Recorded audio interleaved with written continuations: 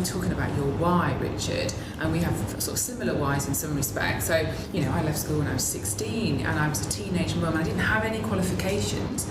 So from my perspective, creating conduits for people to access education and then creating spaces where they can really interact, engage and thrive whilst they're undertaking that education is absolutely my why.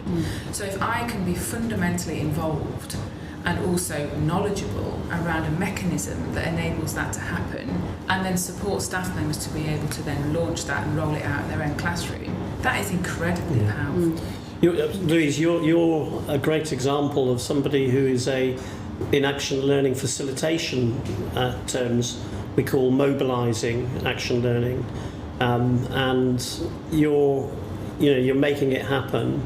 And that involves a lot of work that is often unseen in order to mobilise people and the institution to accept a sometimes sort of seen as different approach to education. The other key roles of an action learning facilitator, as well as mobilising it, are to actually do what you're describing happens in the learning set or the learning group, where somebody is an advisor to the group and helping ensure that good questions are being asked, that the process is managed well, that psychological safety is managed.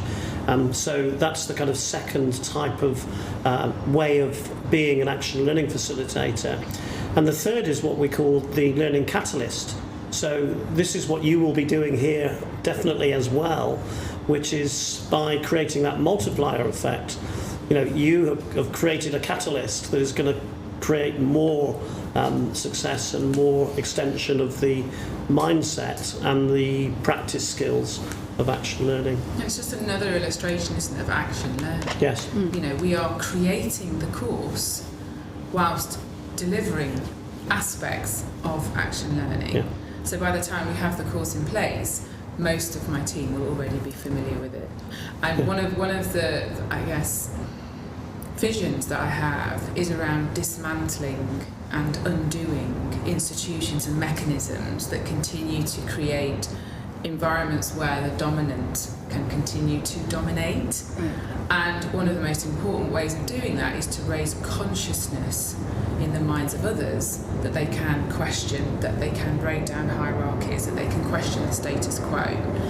And then if we create environments where they feel safe to be able to do that, and we can raise consciousness around the society in which they live, then that is clearly something that's very, very powerful.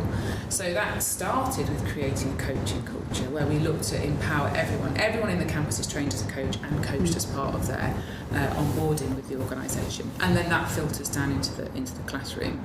So we're building on that environment by now having a far more powerful mechanism of group coaching to develop confidence in our students, confidence in our staff, to enable them to be able to question the status quo and make really great decisions in terms of how they can question. So you're clearly a systems thinker. You look at the whole system that you're operating in, and for me that is also at the heart of action learning.